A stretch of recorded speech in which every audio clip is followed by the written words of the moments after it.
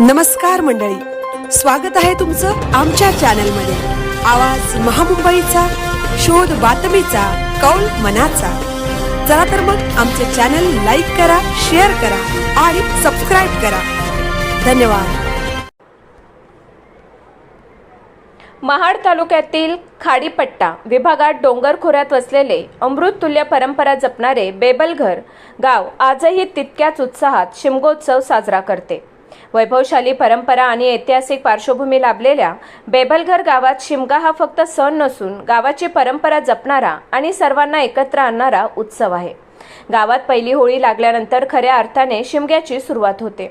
होळीच्या 2 दिवस आधी गावचे देवपाटील त्यांच्या घरी पारंपरिक पद्धतीने गावातील कलाकारांकडून तमाशा कार्यक्रम सादर केला जातो। त्याच रात्री काळभैरव आणि जोगेश्वरी मातेचे खेळी गावाबाहेर शिवेवर जातात।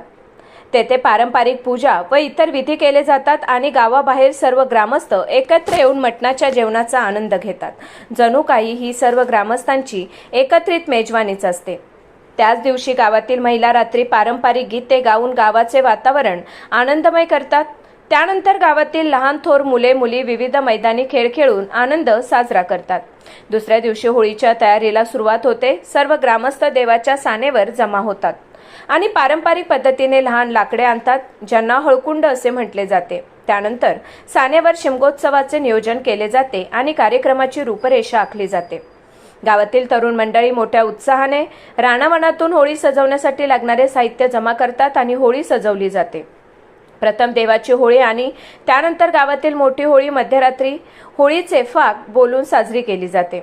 या प्रसंगी सर्व ग्रामस्थ, महिला, तरुण युवती आणि पाहुणे मोठ्या उत्साहाने सहभागी होतात। मध्यरात्री होळीजवळ गावात पारंपरिक खेळ खेळतात, महिला पारंपरिक गाणी गातात आणि तरुण वर्ग विविध मैदानी खेळ खेळतो।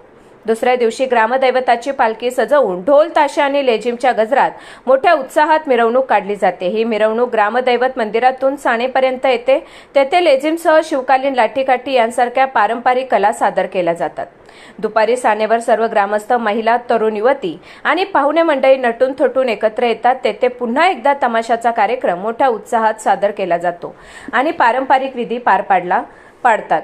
संध्याकाळी सानेवरून ग्रामदेवतांची पालखी देवपाटील यांच्या घरी नेली जाते। तेथून पुढे पालखीची मिरवणूक संपूर्ण गावभर काढली जाते। संपूर्ण रात्र लेझिम आणि विविध खेळांच्या गजरात पालखी सोहळा साजरा होतो। ग्रामदेवतेची पालखी घरोघरी नेऊन पूजा केली जाते। दुसऱ्या दिवशी पालखी गावाच्या देवळात परत येते। त्यानंतर याच बेबलघर गावात गेल्या 57 वर्षांपासून संत तुकाराम महाराज बीज सोहळा मोठ्या भक्तिभावाने साजरा केला जातो। तालुक्यातील अनेक वारकरी आणि भाविक या सोहळ्यासाठी गावात येतात।